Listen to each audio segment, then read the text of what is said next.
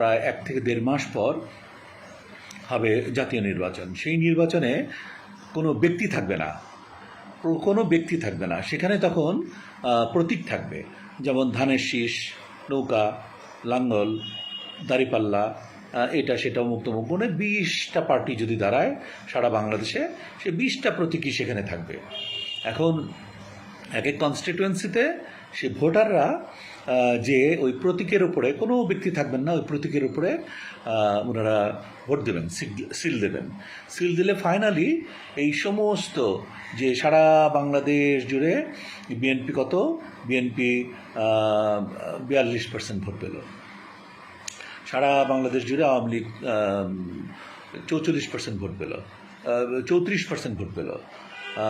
জাতীয় পার্টি পেল 6% ভোট, জামাত পেল 7% ভোট, অমুক হুজুর পেল 3% ভোট, অমুক দল পেল 2% ভোট, এবি পার্টি পেল 1% ভোট, নাগরিক ঐক্য পেল 1.2% ভোট।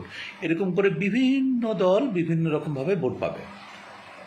যতগুলো ভোট হবে তার এত পার্সেন্ট ভোট পাবে। এখন যে যত পার্সেন্ট ভোট পাবে, 1%-এর নিচে ইউজুয়ালি কাউন্ট হয় না। তো যিনি 1% ভোট পেয়েছে যে দল, তারা 1% ভোট পেলে, 300 আসনের মধ্যে 1% ভোট পেলে তারা একটা সিট পাবে। তেমনি যদি কেউ 30% ভোট পায়, তাহলে তারা 3×9, তার মানে 90টা, তারা 90টা সিট পাবে। যদি কেউ 40% ভোট পায়, তো 3×4=12, 120টা ভোট পাবে।